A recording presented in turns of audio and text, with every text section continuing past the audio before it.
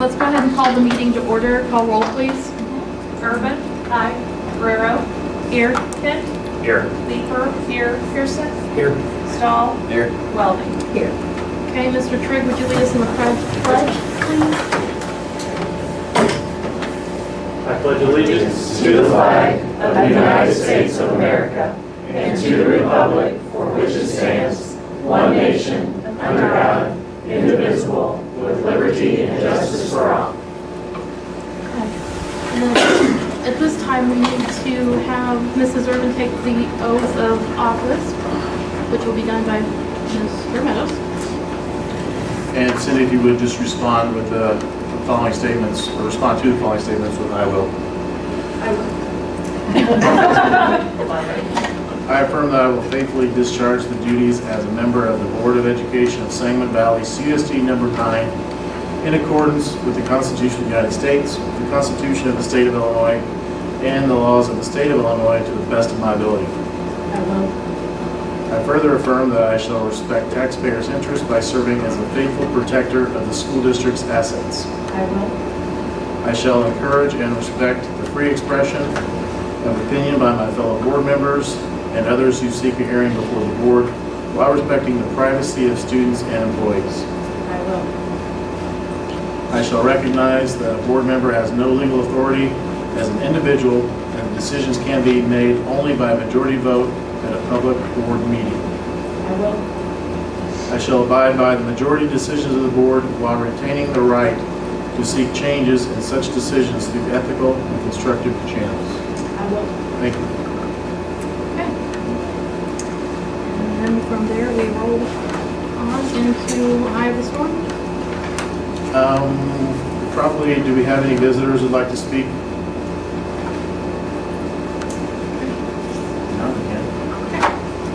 You're on.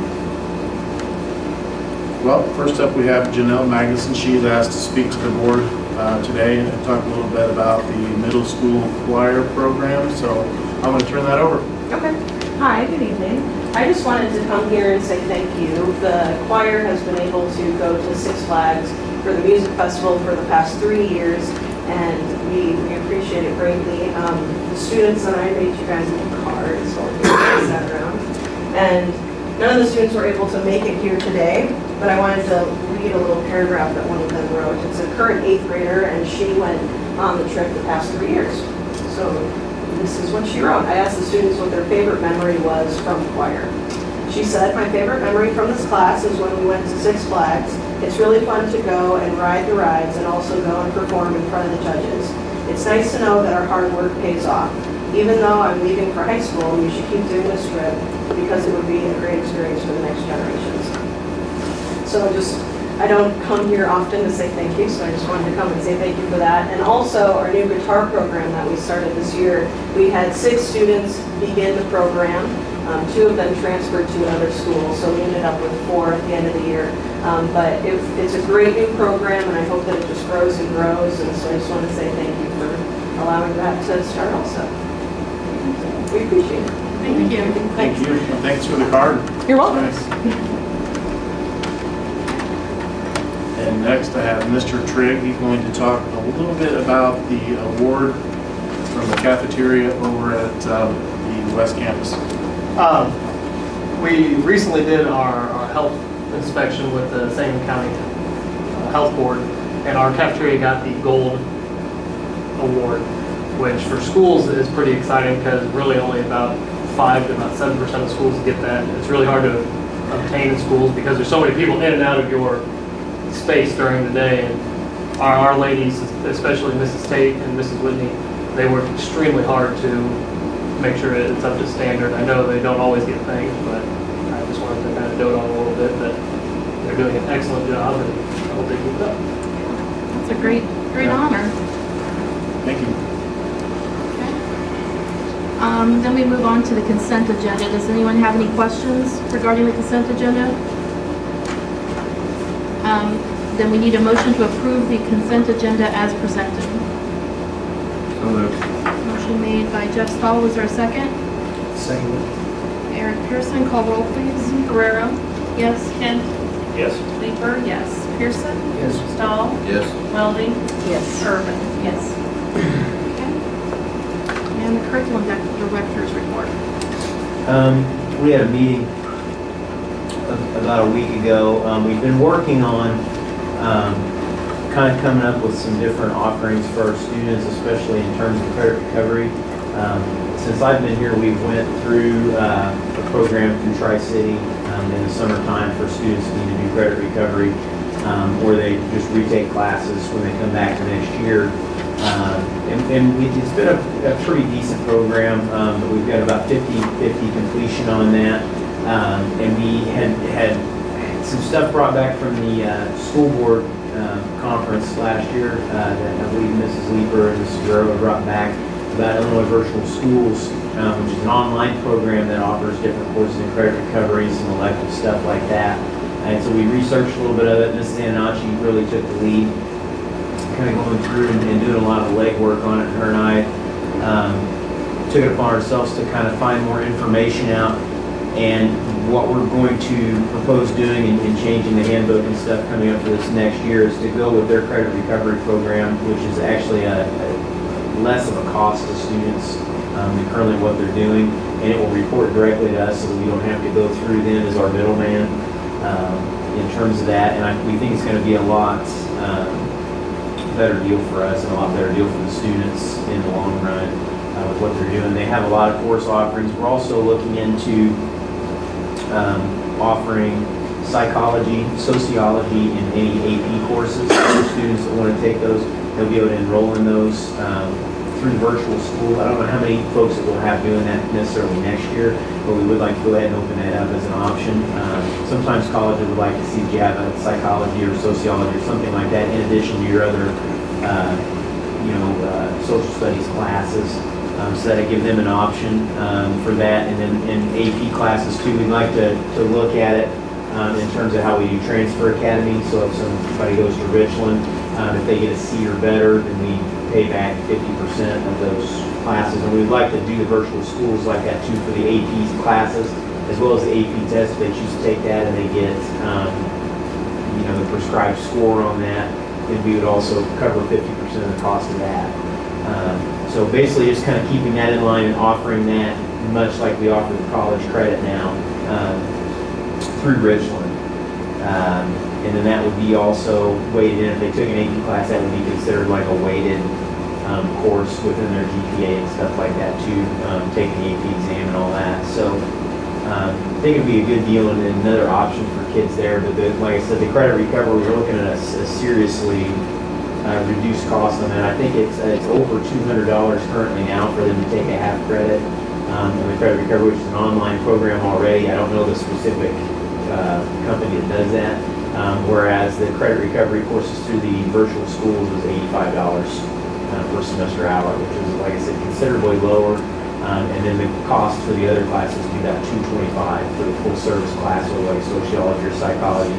And maybe even eventually opening that up to other stuff. We just want to try a few right now to see how the kids like it and how they respond to it, and maybe having, in the future, if they want to take Mandarin Chinese or something instead of Spanish or German that we offer, or something, comparable to that, or something that would maybe be good for them in a degree program when they go to college, we would look to open that up to offer that in the future too, at their cost. So.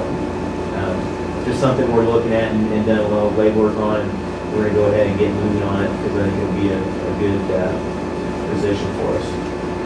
Those AP classes, will they take place, or will they substitute in for a class they take here, or is it doing it after hours? Or they will be responsible for doing that during the time. What we'll do probably through the day, to be flexible in their schedule, if they want it, we'll schedule kind of a study hall time for them. We're going to have a teacher, Mr. Patrick, to do their English 1 classes and some of our interventions. It's going to have a period during the day where he can kind of be the mentor coach for that. So they can be with him during that time. If that doesn't fit in their schedule, they have a study hall some other time. But as long as they can log on the computer, it's all web-based. They can log in, they can get their instruction, and they're responsible for staying on that. But we're going to kind of track them and monitor their progress. you know, to hold them accountable. So it's like, hey, you know, you don't want to wait till the very end to get things done. You're going to be in trouble if you do. So he's going to kind of take the lead on that, and then we'll have, of course, Mrs. Anacha be kind of the registrar, so she'll be the one that gets all the grades, put them in the transcripts and things of that nature. But it's a pretty streamlined program. The other schools that we've talked to that do it currently have had a lot of success with it in one form or another. I talked to Mr. Hatch over at Warrensburg. Riverton currently offers the IBS programs and stuff too, and several of the other area schools around. They've really had positive experiences with it, so we thought it would be something really good. And really doesn't cost us, you know, anything more, you know, with the exception of those AP classes. But it's something that we're already offering out there for tech and for, you know, transfer academy. If somebody is so inclined to do that, so. And you'll have to be approved for those classes as well, correct? For Yes, AP? yes, it'll have to be approved by the administration. Yeah. That's it. Thank you. Thank you. Okay, on to new business. Okay, I put in your board packet a copy of the budget summary pages from the original budget back in August and September. And then we, as I explained, we do an amended budget in May, so we got a better idea of what our actual revenue versus expenditures are. It gives a little bit better idea of what we've done throughout the school year. So I really don't know the best way to go through this. I don't want to read every number by number, but I think some important numbers to look at is just the fund balance, where I projected we would be at the end of the fiscal year, and where I think we're going to end up now. And so if we start with the ed fund, I projected back in August that we would have we would deficit spend by roughly $90,000. And unfortunately, that number has risen to just a little over $183,000. The good news or bad news, however you want to put it, the state owes us roughly $120,000 in special education reimbursement for students and for personnel. So if you put that with the $183,000 deficit, that puts us more in a deficit spending of around $60,000, which in this day and age, I think if you look and compare it to some other districts, I know Rochester is looking at about a $750,000 deficit in their ed fund this year. So we are, as far as ed fund goes, I think we're doing pretty well. I hate the fact that we could do a lot better if the state would fix their problem, but I don't foresee that happening. And that $120,000 has been removed from revenue out of the amended budget. So this is, we're looking at pretty close to what I think the actual numbers are going to be. And then that will put us at roughly a positive balance of $428,000 in the ed fund. For operation and maintenance or your building fund, initially I was looking at a positive balance of $21,000 for this year. I'm now looking at a deficit of roughly $20,000. And there were some things that were being taken out of the ed fund. We were paying for lighting and gas, kind of utility bills at the campuses were coming out of the ed fund. And I've had Carol move those, so that's why right now we're seeing about a $20,000 or about a $40,000 difference from where I projected back in August. But again, a negative balance for this school year of $20,000. We'll still have $637,000 in the building or operation and maintenance fund to start off next fiscal year. So again, that fund is in a really good shape as well. The debt service, that's the next one over. That basically pays for the working cash bond that we took out 3 years ago. And that will be done in 2020. That will all be paid off. And the taxpayers will see, I think it's roughly 18 cents on the dollar that they will see taken off their tax bill in 2020, and that would be paid off. So that's pretty good news too. Transportation, I originally projected of spending in the black of almost $77,000. Unfortunately, that was another one of those funds in which the state did not live up to their end of the bargain. Looking at that, we're missing $141,000 in money that's owed to us from the state in transportation alone. And right now, we're currently setting at a projection of $107,000 in the red. So again, if we had that $141,000 in there, we would be in really good shape. But again, overall, the transportation fund has almost $350,000 that we'll have a starting balance with in July. We lost a payment like 4 years ago that they've never ever, like we're always a payment behind. Are we any more than that? Right now, we're 2 payments behind that I doubt we'll receive. I'm not planning on receiving that. Any of it. And they may come through next year, and instead of 3 payments, we may get 4 payments. It's just hard to tell. I'm not expecting any of it, and that's what I'm showing here in the amended budget. Okay.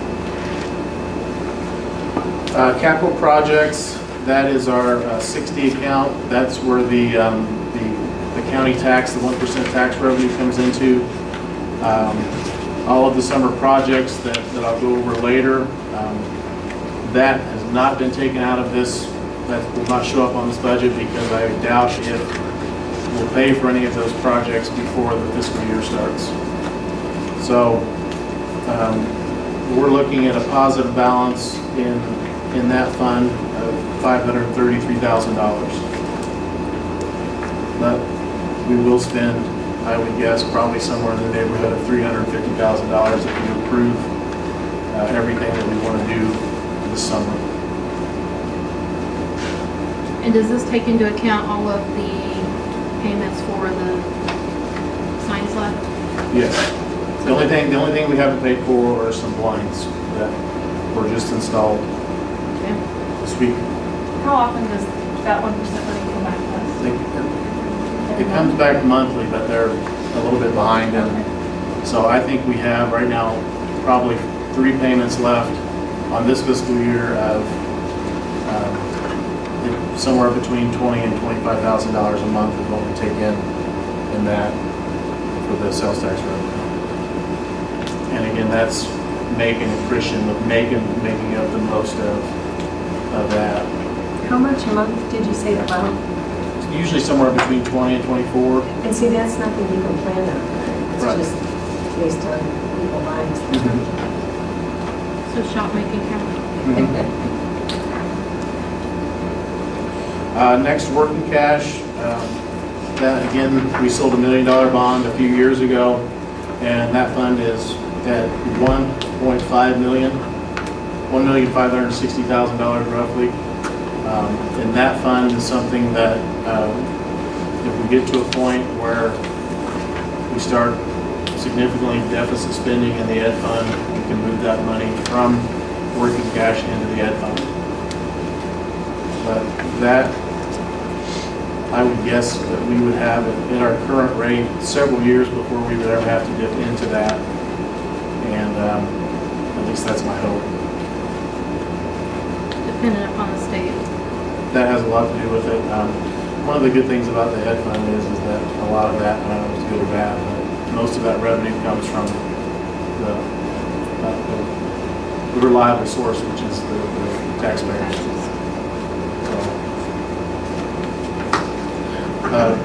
Tort is your liability, your insurance, some attorney fees come out of that. I projected originally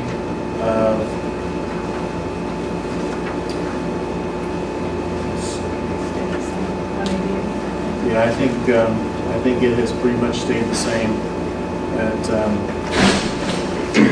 the ending balance. I'm sorry, the projected balance went from 188.2 down to 117. All right. pages mixed up.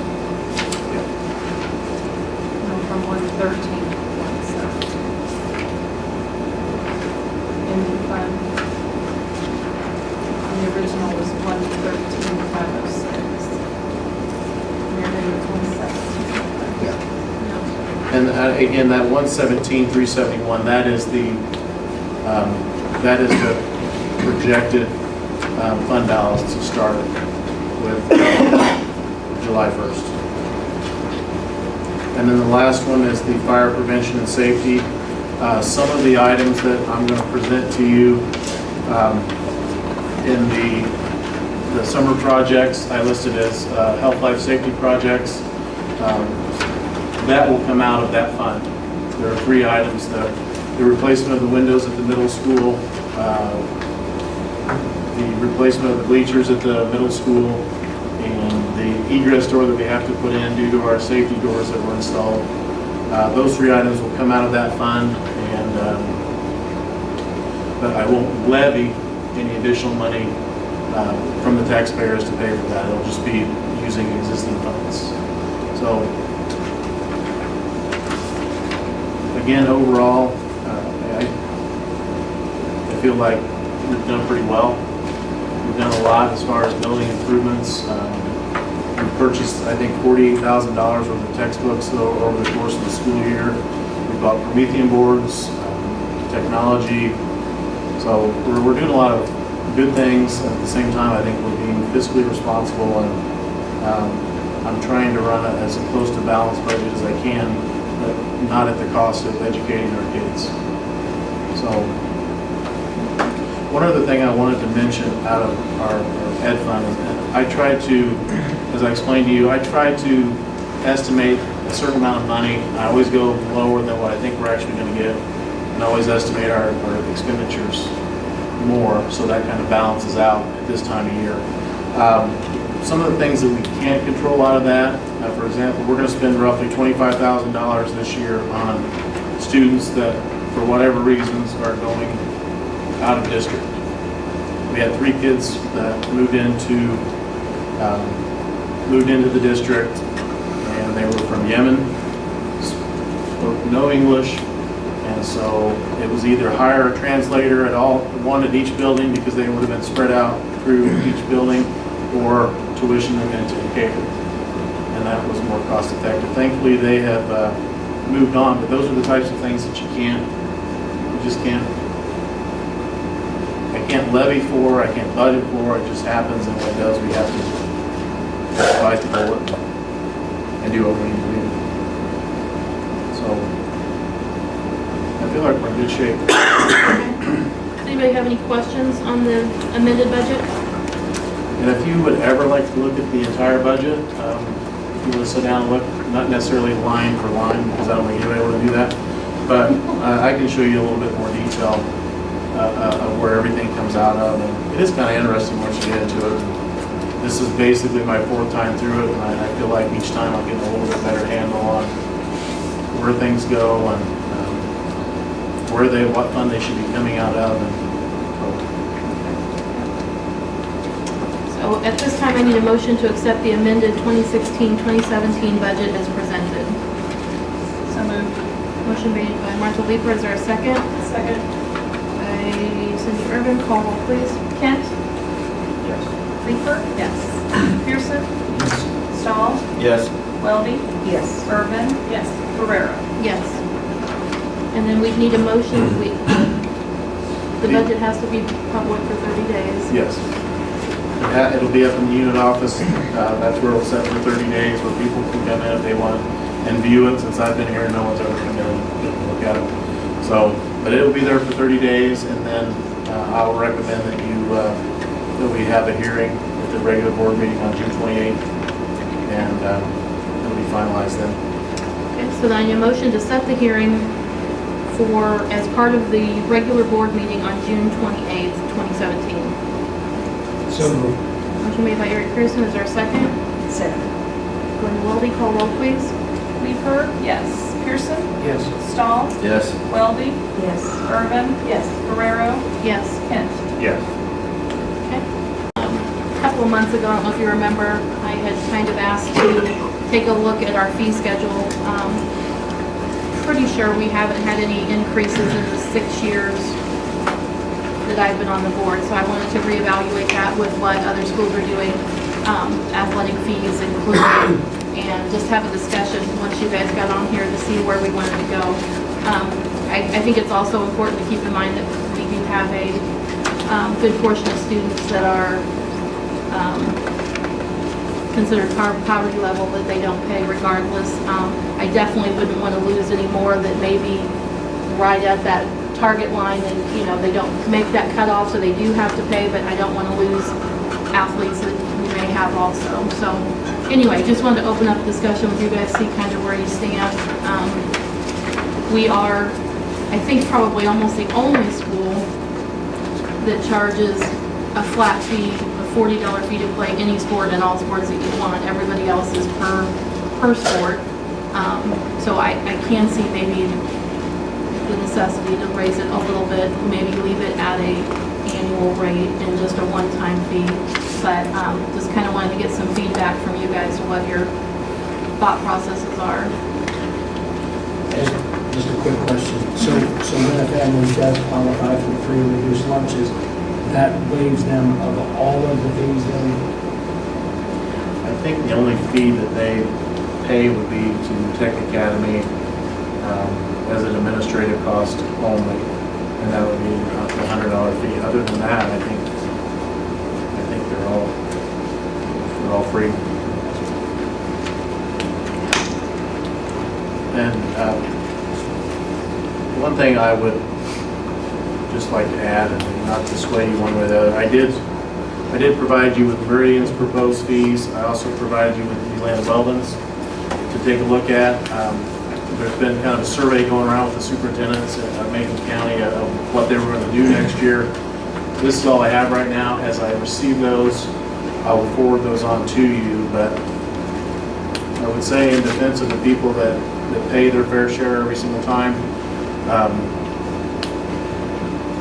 that those fees in a $7.6 million budget, really not, to me, it's not worth losing one single athlete personally, but that's my opinion.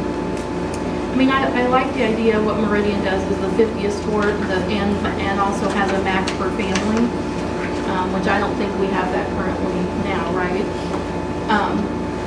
But if we did just 50 a year, that's a $10 increase. We wouldn't max it then per family. That's per student regardless, correct? Yes. Lions is a maximum of 2 per school. But they're also per sport. Right. Correct? Right, yeah. If you're comparing them to Meridian, you have a 3 sport, or 3 fees maximum per family. The land is 2. And I guess where I kind of come from a little bit on this is when we were up at school board conference in November, one of the things that, and granted it was a much larger school district than we are, one of the things that they were going through how much they had to slash their budget and how many things they had to do away with. But they said that one of the things they did was making sure that the kids that are playing and the families that are actually in school are paying what is their fair share, I guess, towards that sport, because your other homeowners, your taxpayers, 90-year-old grandmas, you don't want to go raising their taxes to be able to put an extra bus to take your kids to a ball game or whatever.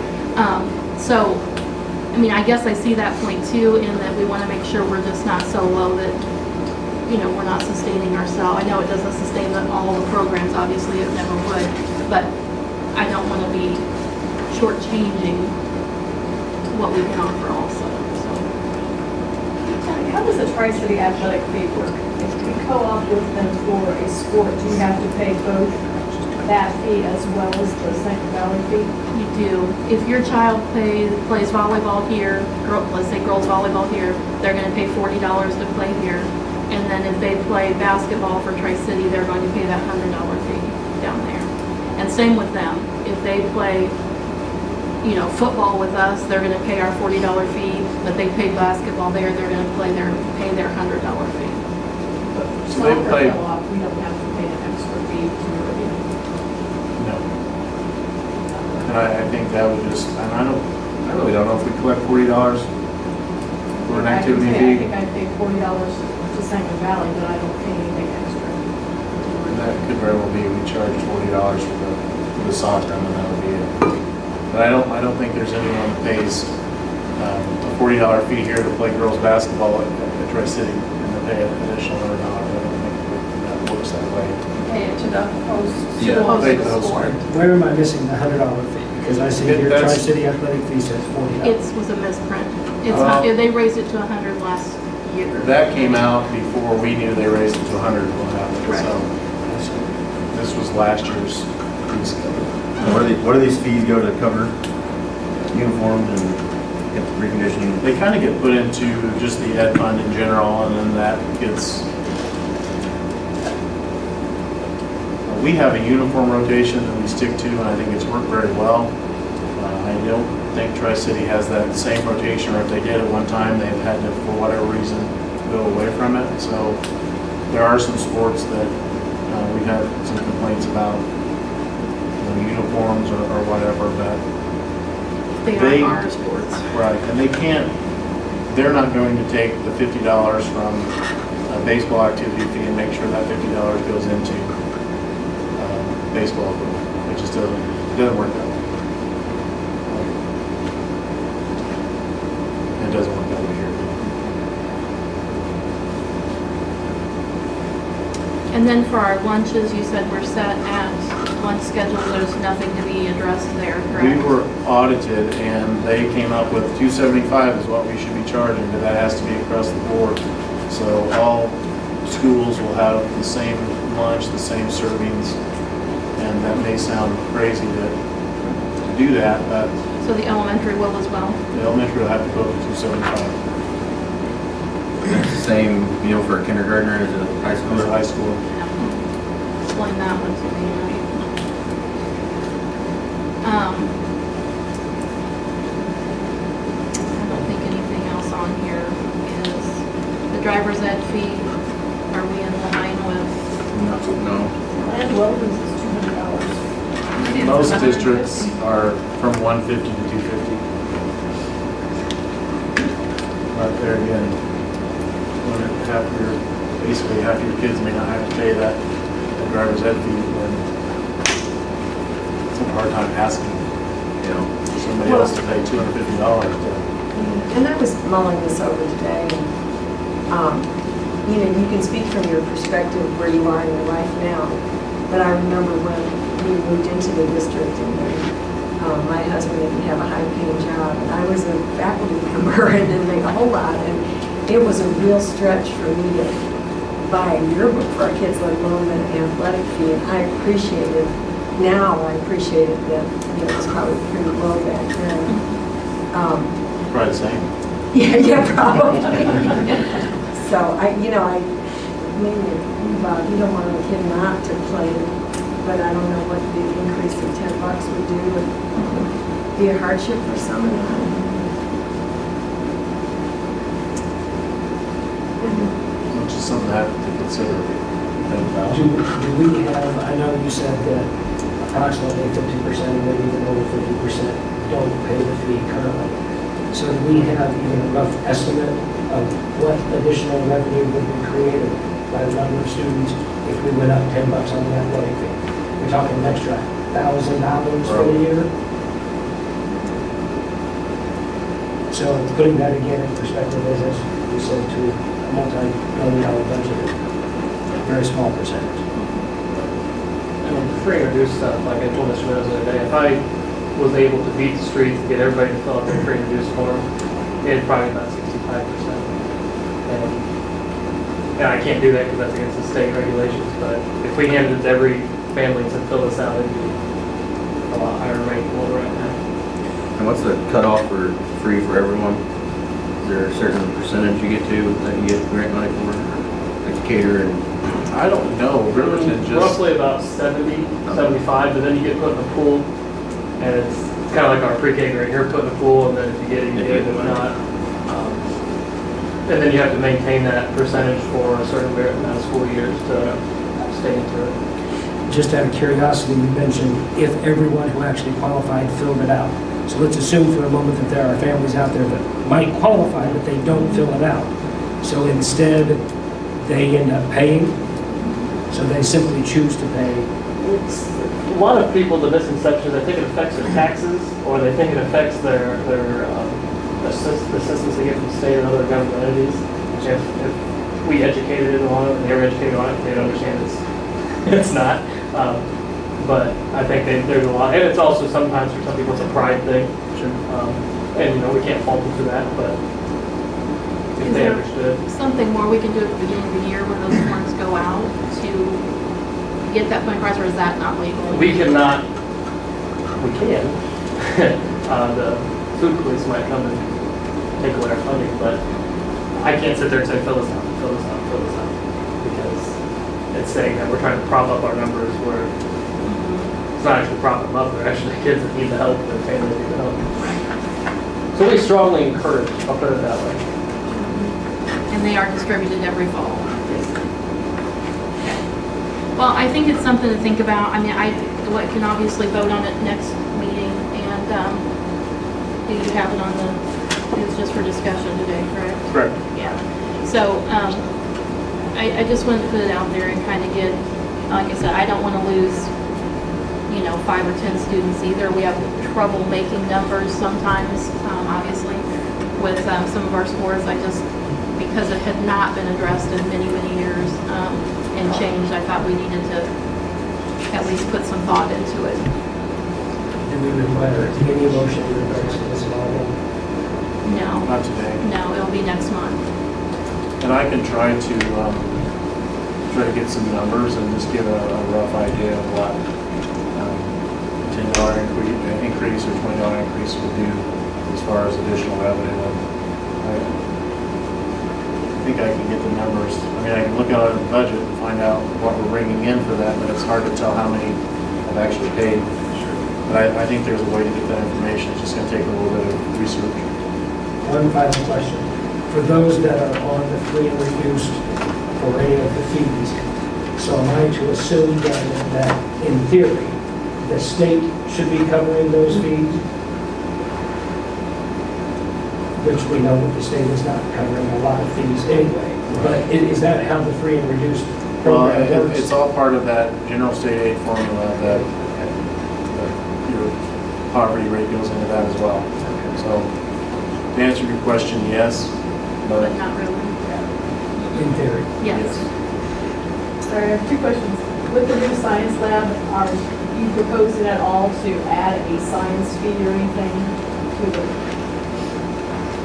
Well, that's a good point because there are consumables in science, obviously. If you walked around the high school the last couple of weeks, you smell the wonderful smell of fetal pigs. You bring it home with them too? Yeah, an additional cost, but I know some districts do that. I think DeLand does that. Yeah, they've got that.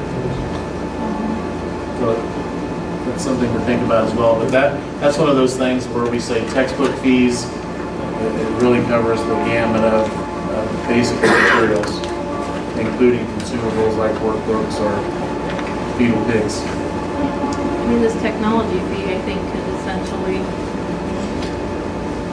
the Meridian has also, that has to go toward. That, I would imagine, goes to they have Chromebooks at They Meridian? have Chromebooks and that. 6 to 12. And then my last question is, how many people actually eat breakfast and lunch here? You know, that's a good question too, because I've been thinking that I'm going to ask for an average count at each building. Sit down with Andy and all that in the year and really look at our personnel and see if I know we serve a lot more kids over at the West Campus than we do at the other ones, just because of the fact that you've got the elementary building and the middle school there. So that's something that I'm interested in as well, and I can get that information to you. I think breakfast is not as common, is it? Do you guys? Oh, get we a have lot? a huge amount. Do you? High school, I was not going to so say, you'd be much. surprised at how many in Harris County. Yes. I hear about that. Well, that's a good thing then. At least we're utilizing it. All right. So on your minds, and we will get some additional information and then put that to a vote next month. Okay? And next then is the dairy, bread, and groceries. Each year, I ask the board to give me permission to seek bids for dairy, bread, and groceries. Typically, as I mentioned in your packet, the Prairie Farms is pretty much the only game in town for the dairy. And the bread and groceries kind of goes back and forth between Cisco and Cole Wholesale. I think we would prefer on our end to stick with Cole, so we'll see what happens. Basically with that bidding process, they bid out everything from chicken nuggets to chicken patties to cans of green beans, and Carol and I sit down and go through, we pick out a handful of the items that we use a lot district-wide and compare those and then try to come up with a recommendation. So that's kind of how that process works. Okay. And those are due in when? We typically have them due and then we present them in July. So then we need a motion for the superintendent to seek bids on dairy, bread, and groceries for the 2017-2018 school year. So moved. Motion made by Cindy Urban. Is there a second? I'll second. Stone. All in favor? Aye. Opposed? Motion passes 7-0. Okay? And then the audit? Floyd and Associates out of Clinton, they've been doing our audit for as long as I can remember. Every year I talk to Carol, what do you think? What do you want to look to get somebody else? And she said, only you get somebody else if you want to get a new bookkeeper. And I don't want to get a new bookkeeper. So they are really good.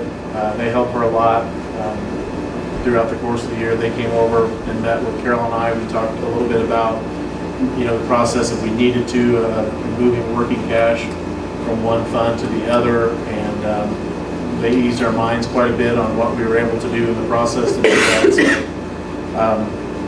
it is about a $500 increase. I don't know what percentage-wise that comes out to, probably a 6% maybe. So it's very similar to the cost increase that you usually see with insurance or something like that. But they are very helpful, and Carol works very well with them, and they work well together, so I would recommend it. Are they out of Springfield? They're out of Clinton. Okay. So then we need a motion to hire Floyd and Associates as our auditors for the 2017-2018 school year at a cost not to exceed $8,750. So moved. Motion made by Mr. Lovely. Is there a second? Second. So that comes from Cindy Urban. Call roll, please. Pearson, Yes. Stahl, Yes. Welby, Yes. Urban, Yes. Guerrero, Yes. Kent, Yes. Weaver, yes. And the roof. As I mentioned, the gym roof, it's time. The gym roof, it's time to fix the roof. It is time. There's a company by the name of Trimco that I have been working with. They have done some of our past jobs. They've actually worked on the roofs at Harristown and here at the high school. The leak, if you've been to a basketball game on a rainy night and go to the concession stand, you'll see that we had that one leak in the hallway. They got up there and they found that and they fixed that. And basically, Trimco's like a purchasing agent, and they supply the materials to the contractor. The contractor will warranty the roof for a couple of years, and then Trimco takes over. The good thing about Trimco is, and doing it in this manner, is when something goes wrong with the roof, I know who to call. And the problem with roofing contractors sometimes, very much like the foam roof that we currently have, things go wrong, And you may have a 10-year warranty, but that company's been out of business for who knows how long. So that's the problem that you run into. I'm asking you to award the bid to Top Quality Roofing. They were the low bid at $194,200. And we will work with BLDD Architects with this project. The way that the existing gym roof comes down and ties into the 1924 section of the high school, it's kind of technical, and they have to flash it and do everything just right for that not to leak. And so they'll be on board, and they charge a 6% fee for that as well. So I think that the total amount came out to, what did I tell you? $205,852. And talking with Todd Shrewdlick from BLDD, they like top quality. They put on a good roof, and he felt like we did pretty well with the expense of the roof as well. Have they worked with them on other school projects? I'm not sure if they've done school projects or not, but he said they have worked with other building projects with them, and they do good work. So that 6% architecture fee, that's of the bid of the roofing company. So if we chose a different roofing company, that would have been higher, yes. then the architect's fee would go up as well. How's the new roof different from the? Well, they will tear off that, and like I was mentioning before, this roof has a layer and then a foam layer on top of that, and then a membrane over the top of that, and that will all come down to the gypsum deck board, and then this is a membrane type roof, very thin, not plastic, but that type of material. So more than foam roof? They won't have the foam, and you won't see the waves. There won't be the pockets that will eventually blow up and expand. And like I said, if something ever does go wrong with it, Trimco's been around for 20 years plus. They were around when I was over at Edinburgh. I looked back and found some business cards from working with him over there, and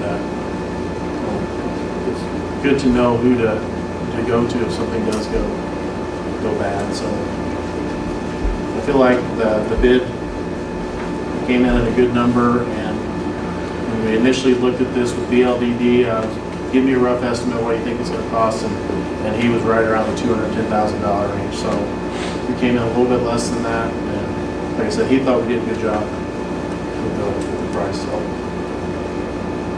And all of that is eligible to come out of the 1% sales tax? Yes. It could come out of the health, life, safety, but I would have to levy more money in that, and that would raise our tax rate. So we can do it with the 60 account, the 1%, and not at no cost, no additional cost to the taxpayers. Any other questions? So I need a motion to award the bid to replace the high school gym roof to Top Quality Roofing for $194,200.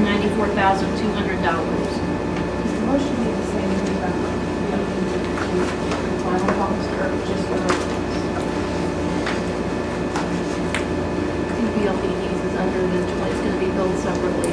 It would It'll be. be under the $25,000 pushing into that. I don't know if we have to necessarily do, BLDD is our architect of choice on the board, so it's kind of like paying a custodial company for supplies or that sort of thing. Okay, sorry about that. No, it's okay. That's a good question. Okay, so I need a motion to approve the $194,200 bid to Top Quality Roofing. One move. Motion made by Jeff Stahl, is there a second? Second. Eric Pearson, call roll please. Stahl? Yes. Welby? Yes. Urban? Yes. Guerrero? Yes. Kent? Yes. Leeper? Yes. Pearson? Yes. I guess the next question is, do you know that will be scheduled just shortly after school ends, or We're trying to get on as quickly as possible, yeah. Okay. I'll be meeting with Todd and the representative from Trimco probably in the next 2 days. Okay. Summer work. Okay, I've provided a list of various work items. And I tried to label them as best I could as far as who would be doing the work, and most of the cost of this will come out of the 1% sales tax, other than the ones that are listed as health, life, safety projects.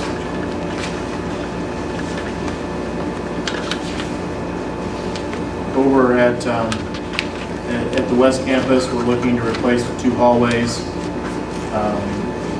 The tiles themselves are not asbestos, but the mastic that holds the tiles down is, so that has to be abated. AAA has worked with us for quite a few years. They do good work. They're very reasonable. I don't know. I've not worked with anybody else personally, but I'm pretty certain that they're one of the main asbestos abatement groups in the area. They do a lot of work in Central Illinois. So the cost of that, to remove the tile in the hallways, also in the workroom, the teacher's lounge, is $14,404.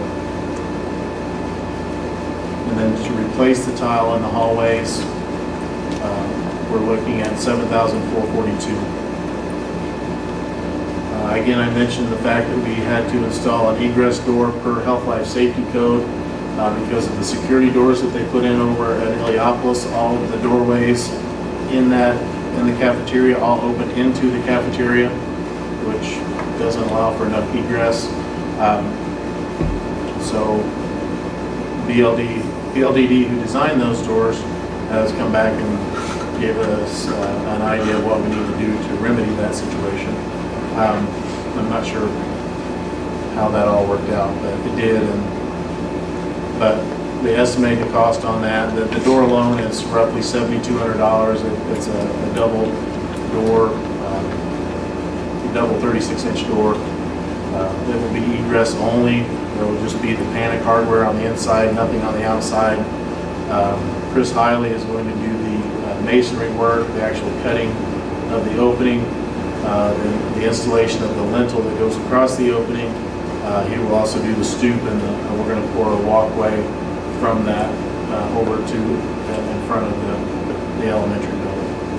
I do not have a bid back from Chris, but I'm looking at an estimate of around $10,000 total for the project. The carpet in the elementary library over there is in pretty rough shape, and it's time for something to be done. One of the things that we would like to do is in those areas, try to get away from carpet.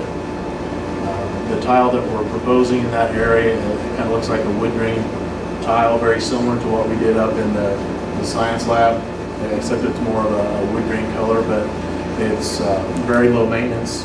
It's not like the hallways here where they have to be buffed and stripped and waxed every year. It's just a mop and clean, and you're pretty much done with it.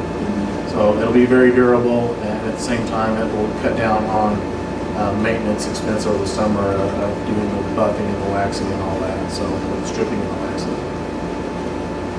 And the tile to do that library area, the teacher's lounge, and there's a small workroom off the side of that,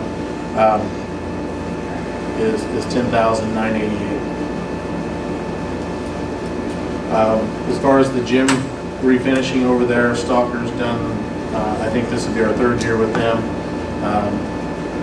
They always do really good work. We like the surface that they provide. Sometimes we've had companies come in and the gym floor has actually been very slick and difficult to play on. And Stalker does a really good job. They're very reasonable, and I would recommend having Stalker do that. Is that done yearly? It's done every year. Is that both gym floors over there? Is that price? This is just so much higher than, oh no, wait, that's west, then middle. You're doing gym floor, okay, let's see. So the middle is the old. Yes, the middle school would be considered the one in the 1927 structure. And is it just cheaper because it's smaller? It's just smaller. Something that's not utilized like that, is there that much where that it's still has to be done every year? Do we see the wear and tear on it like we do?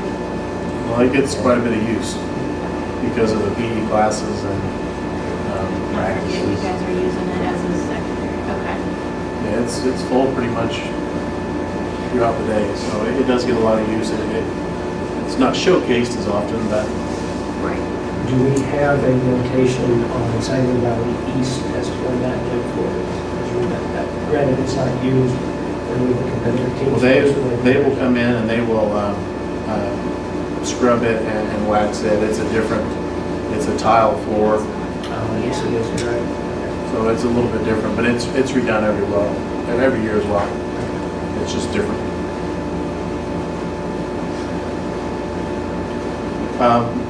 The only question on this item, this next item, and I don't know if you want to hold off, I could bring back actual numbers to you in June, and I still think that would give us time to get it done. But I talked to the board last year about getting each building on rotation as far as the tar and chipping goes for the maintenance of the parking lots. And last year we did Harristown, then we did the high school lot here, and we also did all the way down to the bus barn and then the bus barn area. And I don't believe that area had ever been done before. So this year what I would propose to do is the overflow area here at the high school, and that has some holes in it that are pretty substantial. Troy Page is going to give me a bid on bringing in some rock to fill that in and grade it and prepare it for the tar and chip. And the first time that you tar and chip a parking lot like that just has the C6 rock, you have to coat it twice with the oil and chip. So it's a little bit more money to do it the first time, but I think that's with the people that park out there for football games and for basketball games. I think we need to provide a little bit better overflow situation than what we currently have. It does hold a lot of water right now, and it also can get muddy at times. So I would guess that, and I'll talk about the west and the high school campuses. Both of those projects, he was estimating that would come in under $20,000, and that's through done. And I don't know who else in Macon County does tar and chip anymore other than done. Ace used to, and I don't think they do that anymore. And they had done work for us in the past, and we weren't very happy with the end product. So I know that I could go to Sangamon County and probably get somebody to come out and give me a bid on the tar and chipping of that, but with our sales tax coming from Macon County, and if we keep our business going that direction, I feel like indirectly that's going to continue to put more money into that account with the employees and things that those companies would have. So I would recommend sticking with done on that. But if you want to remove this from until I get solid numbers on that, we can certainly do that. Is that 300,000 total? I'm assuming that does not reflect the tar and chip. That does not reflect the tar and chip. I basically went with what I knew. So the items highlighted are going to be taken care of. No, that's not true. What I highlighted was basically the cost and who would be doing the work. Okay. The ones that will be coming out of the health, life, safety are the ones that are marked at the end of it, where it says like install egress door and cafeteria for health, life, safety survey. Right. New bleachers. Those are the ones that I can take out of the health, life, safety account. And these are only new bleachers on the one side of the gym. Yeah, moving on to the middle school, those bleachers are kind of a guillotine hazard in the fact that there are moving parts in there that if kids put their hands in the wrong space and the bleachers get pushed in, there's a chance of having a pinch or something much worse. So they did not pass the health, life, safety, and so that's something that we have to act upon I feel like the sooner the better. I've had Randy remove one side. He will do the other side as soon as school's out. And then the 2479, it includes one side, and then it also includes two portable small bleacher sections that can be put on the other side. They can be set up behind the benches for like when teams come in for the Farrell Flat, they would have a place to go and set while the game before them is finishing. And I would like to kind of watch this and see how that works and plays out. And I don't believe that we would ever need to do a full set of bleachers on the other side. But Okay. And then the windows in addition in that same gym, correct? the kind of a thing to do in the past was to, if we had a broken window, we put wood or metal over it. And that drives me nuts. And they're not waterproof. And we've had a lot of water seepage into those areas, especially at the middle school on the, what would be the east wall of that gym. We got a lot of paint boiling, and that's basically because those windows are no longer functional. They were the original windows from 1926-27, so I think that we got our money's worth, but it's time to do something different. And the windows that are going to go in there, they're a fiberglass translucent panel, basically, that will allow light in, not as much glare, will provide much more insulation. And this cost reflects all 10 windows. And currently the whole west side has been boarded up and has had metal over them for as long as I can remember. So this will give an opportunity to open those up and put a quality wall up there in its place, and that'll also allow a lot of natural light and that into the gym. And I think it'll look nice too, the end product. Probably the last thing as far as the middle school again is to refinish the floor. And I think that's something that's just routine maintenance that we need to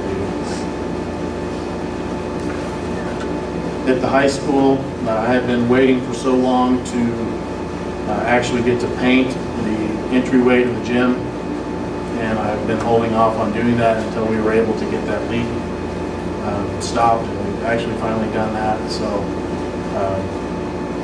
I would like to hire David Campbell to come in and do the work. He's done work for us in the past, and he does a really nice job. He will also do any repairs that are necessary as he's going. So I would recommend that we have David Campbell do that. He's also going to, with your approval, do the second floor of the 1924 structure here at the high school, which is the middle part. That hallway is pretty rough right now, and it's strange walking from that hallway, walking into our brand new modern science lab. It is certainly like a time warp. So it'd be nice to have that touched up, and I would eventually like to improve the lighting in that hallway as well. But I know there will be, if we ever pass a budget with the state, there will be grant opportunities to upgrade our lighting. And I've been kind of holding on that for the last couple of years, and hoping that we would be able to write some grants to do lighting upgrades. Well, I'd eventually like to be able to do that as well up there, but not right away. Flooring America is also going to install the floor and the restrooms that are up on that level. They were in pretty bad shape. The tile was terrible. Bruce and Jason have basically gutted those two restrooms, and they're in the process of putting that back. That's going to be one of the first things they work on this summer. They will do the work as far as the drywalling, the plumbing, the lighting, and the suspended ceiling that will go back in its place. And then once they've completed all of that, then Flooring America will come in. And again, that's a very similar tile. It's a gray, wood-looking tile, very similar to what we have in the science lab. And low maintenance, no wax. So again, I think it's, the initial cost is expensive, but I think it's going to save some money. And maintenance. We talked about the gym roof. The last thing is the high school floor, and it needs refinished as well. With the wall that you're removing, what is that? In Mr. Schrader's room, I don't know if you've ever been up there or not, but there's a back wall. It's pretty flimsy. At one time, I think it probably had a glass separating the storeroom back from behind there. That's all since been kind of boarded over. And what we would like to be able to do is to remove that wall, repair the windows, and then her classroom would go all the way out to this corner and back. It would extend her room by, I would guess, probably 10 feet in depth, and then you'd have the whole width of her room as well. And what that would allow her to do is to do some of her physics projects, some of the hands-on things that the kids do. Instead of having to go to the lab, they can do that right in the back of the classroom. And again, it'll be relatively inexpensive. Bruce and Jason and Randy will be doing the work. So they're going to demo the wall, and I may have to come back and ask you to get approval to maybe replace some of the windows, but I don't think it's going to be anything significant as far as money-wise goes. So I know that seems it's an ambitious list, but I think it's doable. And again, if you would like for me to hold off, I think I could probably get bids for the tar and chip probably by the end of next week. I'd like to pull those out if Okay. possible, just so we don't have because we don't have the numbers on them. On the overflow parking area, is there a way to make an entrance on the street, or is it in the village, or? I think that that's something that we could certainly look at a tile. I would assume it would need a tile in there, but that's something that I can check into and bring that bid back when I have the repair and then the tar and chip, if you like. I think it's a good idea to have. I think there's an entrance over there, but it's pretty rough. But we can take a look at it and see what we would need to do to make maybe a bigger entrance, or even go with maybe a couple of pieces into that. But again, I think the area that's there, it is utilized. It's utilized by kids in the morning, and then for football and basketball games, it's full. And it'd be nice to have a better area for people to park and walk into the building from. So, and it's been difficult getting everything planned out and getting bids for everything. And, I'm a little bit behind with those two items, but. In your approximate bid here, we discussed does not include done, but it does include all of your summer help. All of the... It includes the cost of doing these things. It does not include any of the salaries. And they're, when we get to that in closed session, it's really, this is a high estimate on the $11,000 for the painting.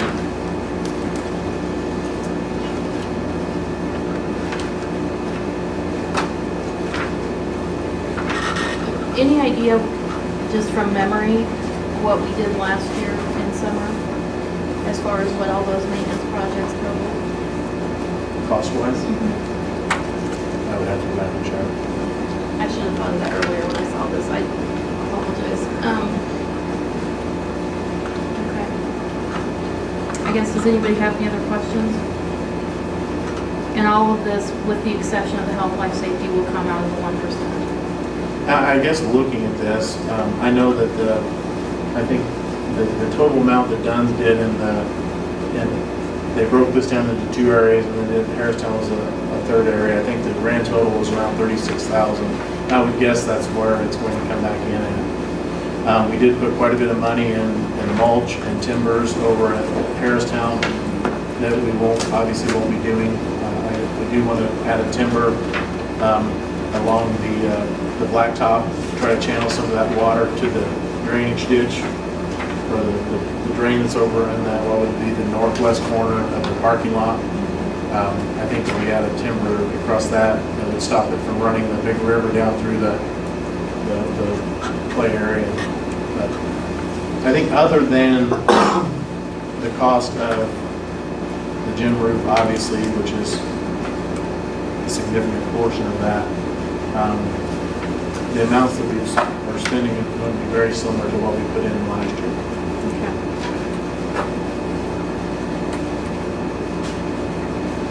And your gym roof accounts for the biggest part of this. Well, that makes me feel a lot better. All right. Yeah, it's I was two-thirds. taking that as a separate No. price. I can tell you the summer work. Just a minute. I think. I don't know if we broke it down into one lump sum. I don't know if I ever looked at that. Well, with the roof being the vast majority, Give then. us a sheet like that. And on. It would have been very Consider similar summer to work this, items. because all I did was. Just created a list for all of That's them. a kind of separate, there's your list of employees, but I don't have a broken down list like this year. All right, so we will remove the rock and chip from this. And Troy's prep work too. Yeah. And then we will go with the summer work list as presented, minus. You could say minus the parking areas at the high school and the west campus. And that would sum it up pretty well. Okay. So then we would need a motion to approve the list of summer work items as presented, minus the parking lot areas at the high school and west campus.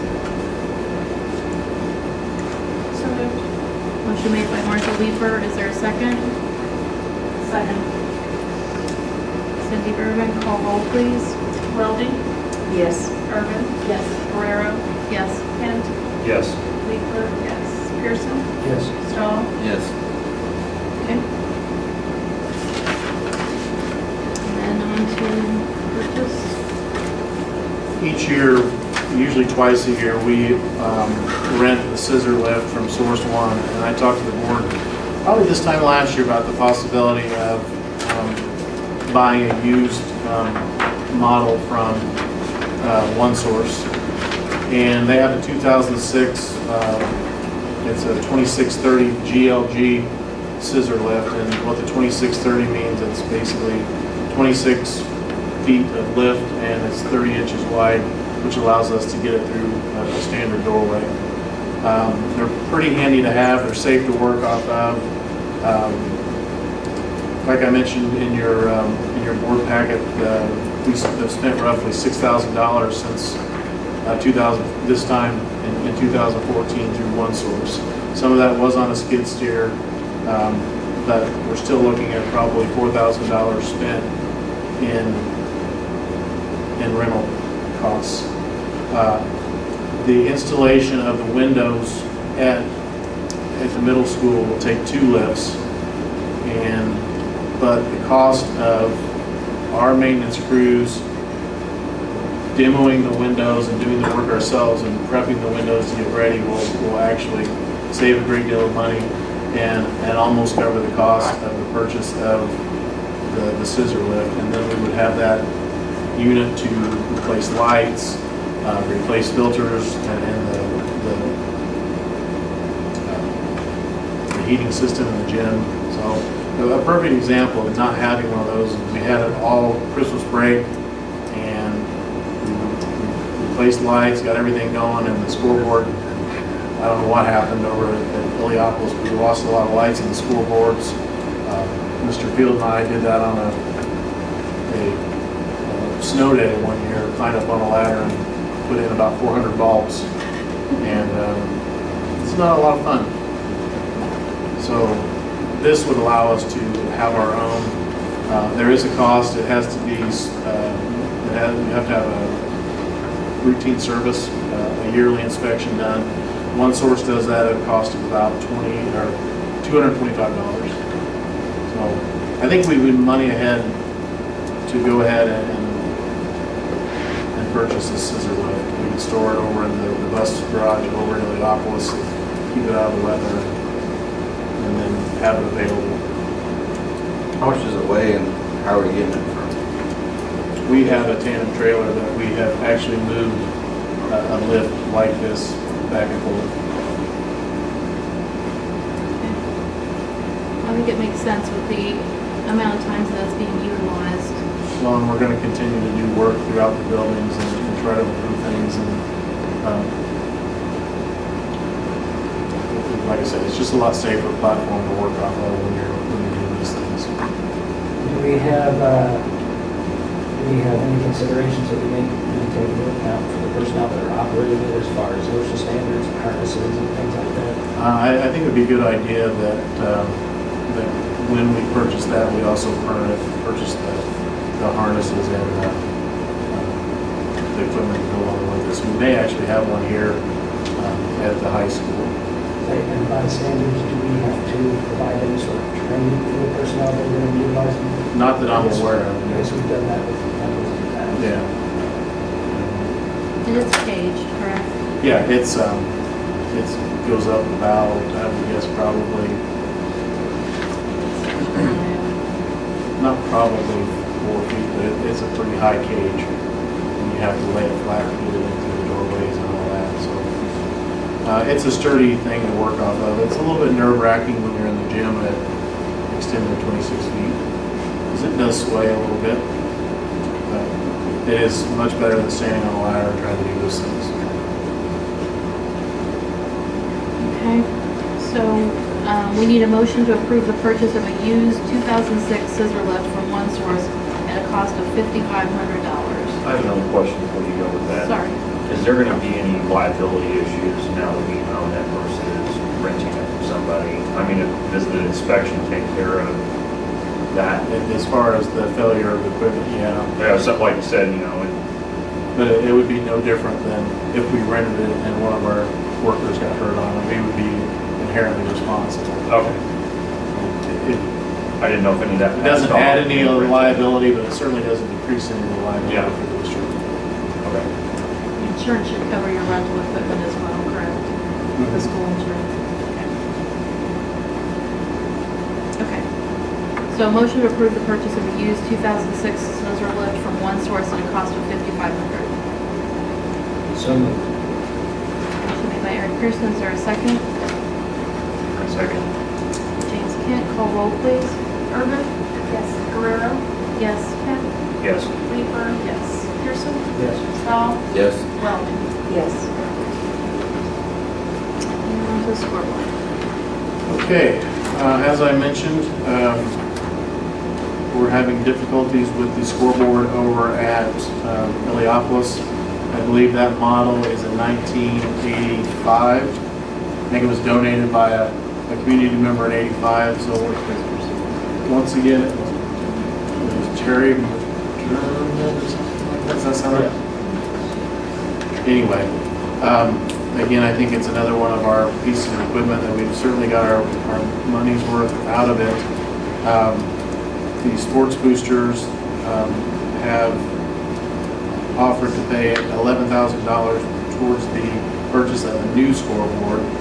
And basically what I would propose doing is taking our current system that we have, and this would be done by our staff on our new scissor lift, removing the current scoreboard here at the high school and taking that over to the middle school. And it's a relatively new LED scoreboard. We did add here, I think it was when we lost the scoreboard out here on the football field, we added a wireless control panel.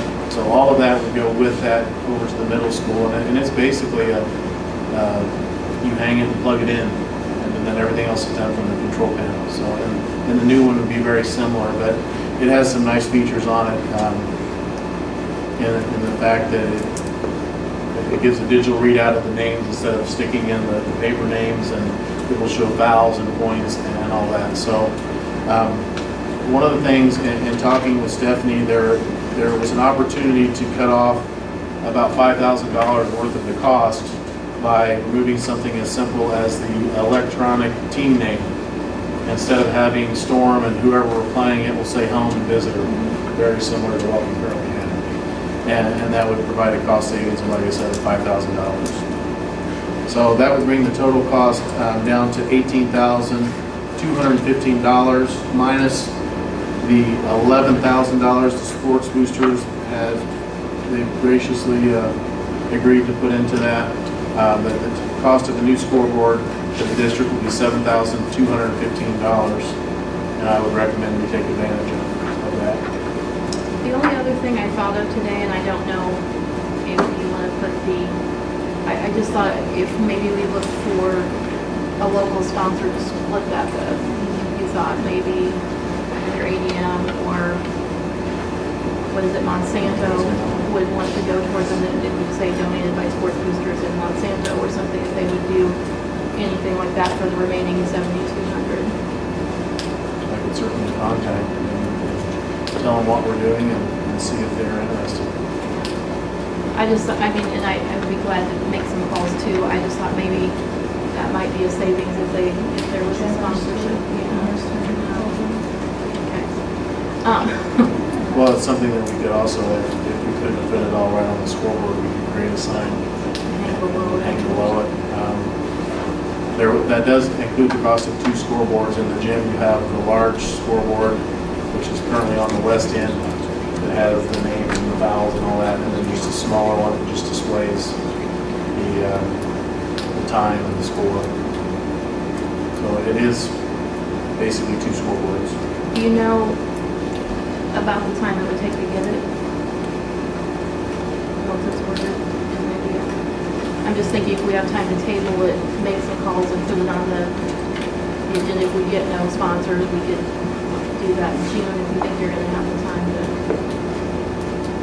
do that. That I do not know what the turnaround time would be. I don't know if it's listed on here. It says 4 weeks for production from the time of the order. I don't think that would be good with us. We're talking now.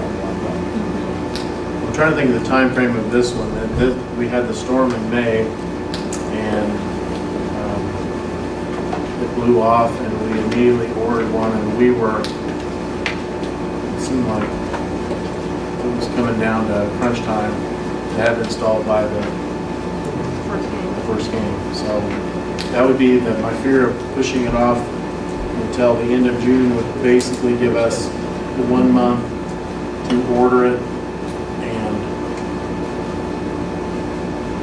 we could always do at a cost not to exceed, and then if we receive donations. Right. I would be looking for the whole, I guess my hope would be that somebody would take the whole chunk and just, pay the balance and go from there. But, yeah, we could go ahead and approve not to exceed the 7,215, and if we have no interest, then that's what we're approving the school to do, correct? Does that sound okay?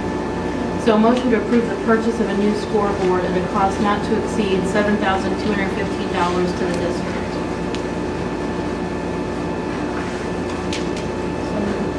Motion made by Martha Leeper. Is there a second? Second. Jeff Stahl, call roll, please. Guerrero, Yes. Kent, Yes. Leeper, Yes. Pearson, Yes. Stahl, Yes. Welding, Yes. Irvin. Yes. Okay, and then the IASB conference.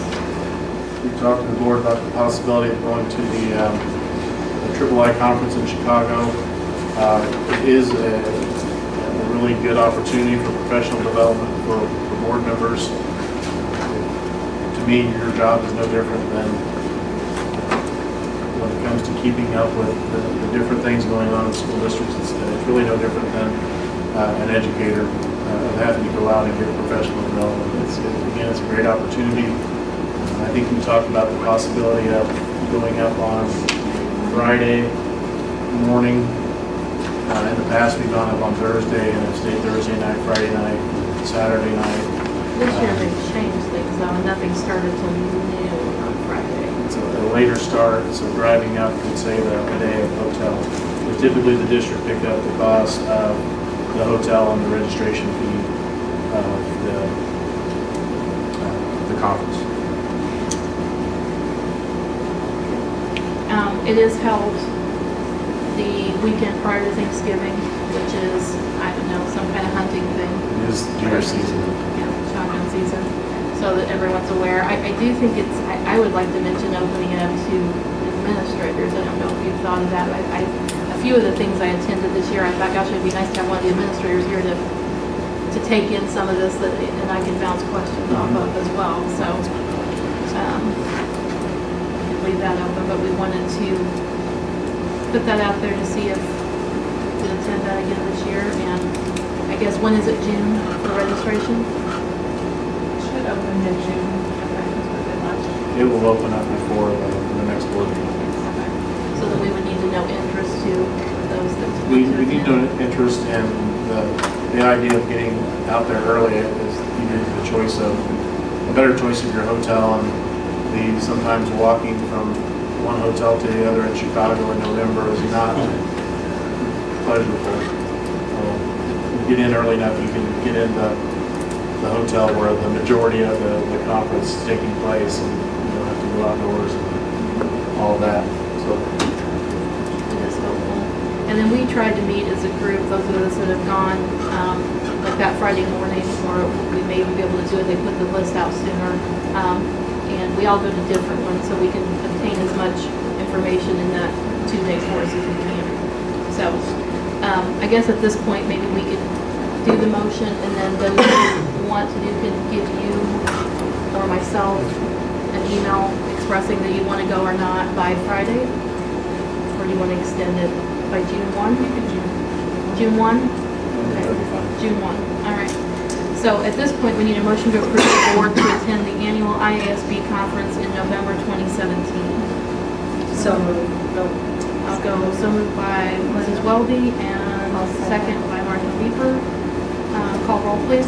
Leeper? Yes. Pearson? Yes. Stahl? Yes. Weldy? Yes. Urban? Yes. Guerrero? Yes.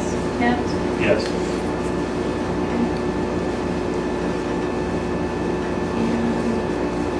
IASB has I think I've contacted you all about the Starting Right board building.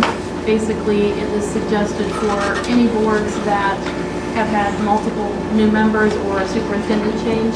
I've been in contact with IASB, and we have talked about the date of June 27th, that they could come and do that. It's basically similar to what we did almost 2 years ago now, or was 2 years ago, with the it's a closed session meeting conducted by IASB. We did a board, what do they call that? self-evaluation. Self-evaluation, yes.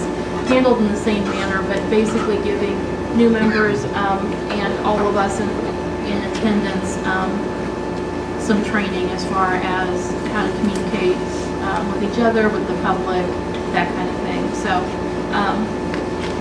that would just be my suggestion, that we go ahead and do this, since we do have so many members, and take advantage of this from now on, I guess. So we would need to, does anybody have any questions, I guess? I think I've been hitting you all with a lot of information via email on it, but basically it's one evening, 2.5 hours or so, and it would be done by Larry Dirks, who is our 8 Lincoln division head, and he comes here to us, and we go on from there. So at this point, I would need a motion to approve the IASB Starting Right board building for the new governance team workshop at a cost of $400 to the district. So moved. Motion made by Martha Leeper. Is there a second? Second. Cindy Urban, call roll, please. Pearson? Yes. Stahl? Yeah. Weldy? Yes. Urban? Yes. Guerrero? Yes. Kent? Yes. Leeper? Yes. Okay. And then board resolution. I have been honored to be your delegate at the delegate assembly the last 2 years at the III conference in Chicago when we go up. Each school district has a delegate that attends, and that's where the governance happens. Resolutions are presented to the group, rationale behind why you want these resolutions. It may be legislation that you'd like to see enacted, changes in policies, changes in position statements for IASB themselves, and then we vote on those. So each year, school districts are encouraged to submit resolutions to be part of the governing process ourselves. And so we got the letter this year, and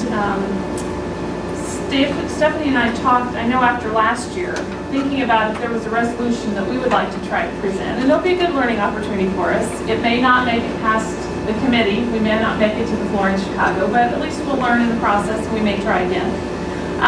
But I've given you a resolution. I laid it in front of you, and if you have it, this is the resolution that we'd like to present. This is in a draft. If you want to change anything, add anything, feel free to let me know, and I'll make the additions or corrections.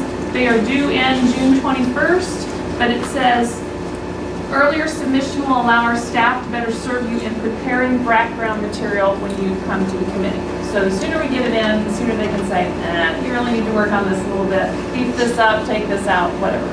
All right, so our resolution is, be it resolved that the Illinois Association of School Boards shall support legislation that will institute a 1% sales tax across all counties in Illinois for the sole purpose of providing additional funds to schools for maintaining and improving buildings and facilities. And I think you can see just at this board meeting tonight how valuable that 1% sales tax money has been for us. So then you have to provide a rationale. And I went to the book, and you've got a little book in front of you that Bob's given you, the IASB Constitution and Position Statements, and I thought, well, let's just take them at their word. What does their statement say, and we'll say it back to them. So if you go to page 27, it's actually position statement 2.38. I looked online and it said 2.37, but I will correct that. Their statement says that they, as an entity, as a group, believes that adequate funding must be provided for each student in order to guarantee the opportunity for an appropriate public education. And then they go on to say that IASB will utilize the following criteria to evaluate proposals for school finance reform. And they've got several bullet points, 10 of them in fact. But one of them says, adequate funding should be sought through the addition of new state revenues for public education. So I just went with it from there. And you can read, this is my personal rationale on it. You don't want to make it overly wordy. We get a booklet before we go up to Chicago so that we can read through the resolutions that are going to come up. It's not like a 10-page document. It's 3 or 4 paragraphs, so you get the gist of it. If your resolution makes it to the delegate floor, you are allowed to stand up and make your point about it, and they'll take questions and answers and debate it. It's quite a big deal. So you are welcome to read, but talked about how important it is for viable additional sources of public education funding. So many districts struggling to just do the basic things. Where does the extra money come from to maintain or improve facilities? State construction grants are at a standstill, yet our buildings don't remain unchanging. They continue to age and deteriorate. So then I talk a little bit about what we're experiencing, and I didn't realize I need to add that. Christian County has the 1%? Okay. So 2 of our 3 counties that our students come from have the 1% sales tax initiative, and I talk a little bit about something we've been able to do, which was the new science lab. And then just close with, it would be a welcome addition to all school districts, a 1% sales tax. So this is the resolution we'd just like to put out there and see if it goes anywhere. The state is not getting the job done, and the state money is for education and not so much always for buildings and facilities, and you got to keep those up too. That's part of your educational process. I mean, you need good buildings, good classrooms, good cafeterias, good gyms, good bathrooms. All those other things are important too. So this is our proposed resolution, and open to suggestions, I think questions. it's a great idea. Do any other counties do this in the state? How Yes, many do? I don't know how many, and that would, be part of our research probably. The ones that do are hands above the ones that don't at this point. There's so much that it can go toward. I mean, I've read some stuff on some Southern Illinois counties that have it, and those that do not, and those that do not are insanely struggling. I wonder if do any of the collar counties do? I don't know. And before I submit it, I can find that out as part of my rationale. And probably for the last, I don't know, 4 or 5 years, I have had an opportunity to go. We have a Meet the Legislators Day that's put on by our ROE, and it's over in the Capitol, and we usually get a couple of legislators that come and address the groups of superintendents and or principals. And at the end of it, we have an opportunity to, if we could enact a law, what would it be, and give you rationale. And I've been writing this on a piece of paper 4 years, and nobody ever looks at it and says, that's a really good idea. But I feel like it is a really good idea.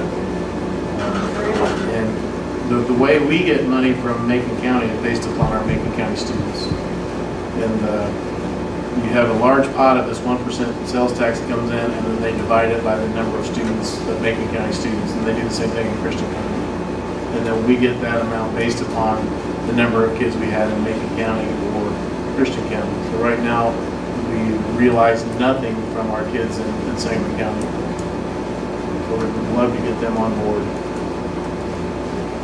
And I think all of their county schools too, from what I hear, they're all on board with it, but you have a hard draw out of inner city Springfield getting that passed. So I almost feel like sometimes taking out of the hands of those and putting it in as a mandate would be a little bit better. So if it gets across, who knows where it'll go, but we thought it was worth a shot. We had one other idea that didn't pan out, so we're going.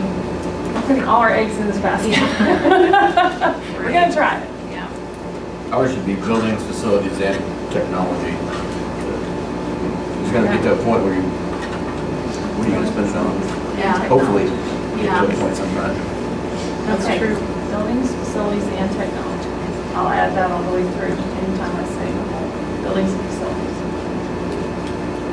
I think if everybody did this, if all the counties did this, and we started to see that amount of money coming in, I also feel like there would be changes to the law on how you could utilize that money of paying maybe your maintenance people or something like that that are directly related to the quality and repair of your buildings. Currently, the only time we can use that is when we do a project that otherwise we would hire out. For example, we can pay our paint crew over the summer to paint rooms, much like we can pay David Campbell to come in and paint a room. So we will be able to utilize it in that. There's some leniency there, but not a lot. And it's hard to, throughout the year, like when Bruce and Jason are doing something, whether it's a remodel of a bathroom or whatever, because they get pulled off of those projects to do whatever.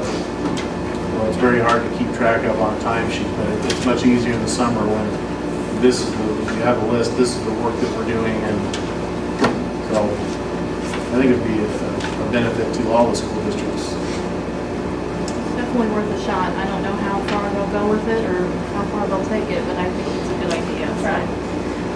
So I will add technology anytime I say buildings and facilities, and I will find out how many counties currently have 1% sales tax and incorporate that probably in that second paragraph, somewhere in there, appropriately. Okay. And then we'll get it in. And I can, once I get it done, I'll send it to you, and then you can distribute to everybody if you want. Okay. You can have one more look at it, but with corrections, I guess. Perfect. So motion to approve Board Resolution 2017-01 with corrections. So moved. Motion made by Cindy Urban. Is there a second? Second. Mrs. Weldy. All in favor? Aye. Opposed? Motion passes 7-0.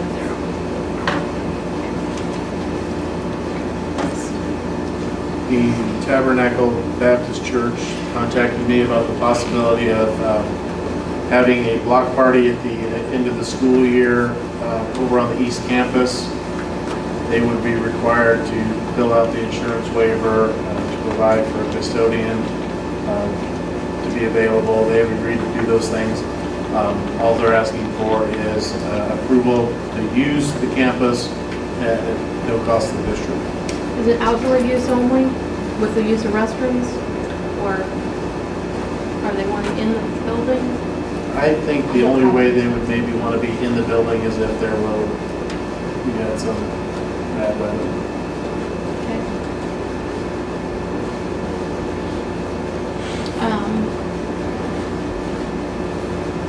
I originally thought, I know they've done this in other places, I think if there was bad weather, they would not Just not have, have it. Okay. because I believe there's jump, There are bounce houses inflatables included, and, yeah. yeah. So I think that they would not have it if it was. Do they have to use electricity in the school? And then when we do the inflatables for field day, we just run an extension cord out one of the windows, so possibly they may have to use but they can also bring generate, I know inflatable companies will rent you a generator as well, so. So will they use our restroom? The building will be open for restrooms and the There custodian will will be be a on duty? custodian available and the building will be open. Okay. All right, so we need a motion to allow the Tabernacle Baptist Church to host a block party on the SBEE campus on May 31st, 2017. So moved. Motion made by Eric Pearson, is there a second? I'll second. By Jeff Stahl, all in favor? Aye. Opposed? Motion passes 7-0. All right, and at this time, I need a motion to enter closed session for the reasons stated on the agenda. So moved. Motion made by Jeff Stahl, is there a second? Second.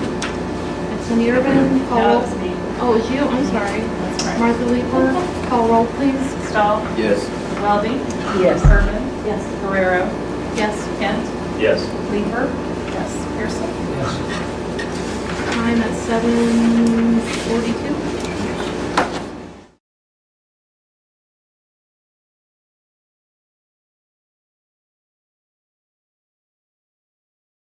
Yeah, no, they moved where I do, once they resurrected maybe. Do this. Okay. So I need a motion to accept the closed session minutes as read in closed session. So moved. Motion made by Jeff Stahl, is there a second? Second. Martha? Martha, Leeper, call roll, please. Weldy, Yes. Urban, Yes. Guerrero, Yes. Kent, Yes. Leeper, yes, Pearson. Yes. Stahl. Yes. Okay, I need a motion to employ Jessica Williams as middle school special education teacher for the 2017-2018 school year. So moved. Motion made by Eric Pearson, is there a second? Second. Cindy Urban, call roll, please. Urban, yes, Guerrero, Yes. Kent, Yes. Leeper, yes, Pearson. Yes. Stahl, Yes. Weldy. Yes. Motion to employ Carl Staff as high school social science teacher for the 2017-2018 school year. So moved. Motion made by Jeff Stahl, is there a second? Second. Martha Leeper, call roll, please. Guerrero, Yes. Kent, Yes. Leeper, yes, Pearson. Yes. Stahl, Yes. Weldy, Yes. Urban, yes. Motion to employ the summer help as listed. Custodians, Dustin Coe, Gavin Hawkins, Cody Lewis, Caleb Rutherford, Heather Vaughn. Paint crew, Pamela Forshee, Mary Ham, Jennifer Tate, Tricia Weisner. Grounds crew, mowing and weed eating, Michael Weed, Jeff Nees.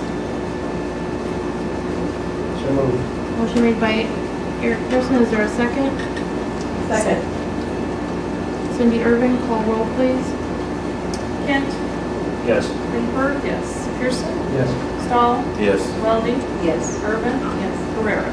Yes. Motion to accept the resignation of Alan Myers as middle school girls track coach. So moved. Motion made by Cindy Irvin, is there a second? Second. James Kent, call roll, please. Leeper, yes, Pearson, Yes. Stahl, Yes. Weldy, Yes. Urban, yes, Guerrero. Yes. Motion to accept the resignation of Jennifer Peters as Sangamon Valley West Elementary Library aide effective May 26, 2017. So moved. Motion made by Jeff Stahl, is there a second? Second. James Kent, call roll, please. Pearson, Yes. Stahl, Yes. Weldy, Yes. Urban, yes, Guerrero, Yes. Kent, Yes. Leeper, yes. Motion to terminate Barbie Ekus as lunchroom aide at Sangamon Valley West Elementary effective immediately. So moved. Motion made by Jeff Stahl, is there a second? Second. Martha Leeper. Call roll, please. Stahl? Yes. Welding, Yes. Urban, Yes. Guerrero, Yes. Kent, Yes. Leeper, yes. Pearson? Yes. Okay. Before we adjourned, I gave you all a standing board committees. If you have any concern about the committee you're on, or don't want to take that, would rather be an alternate, whatever it is, please let me know. And also, building and grounds, maybe something that you want to coordinate with Mr. Meadows here directly and kind of go over maybe necessities. And then at this point, I need a motion to adjourn. So moved. Motion made by Jeff Stahl. Is there a second? Second. By Eric Pearson. All in favor? Aye. Opposed? Motion passes 7-0. Is the next meeting at 7 or is it 6? 7. On the 28th.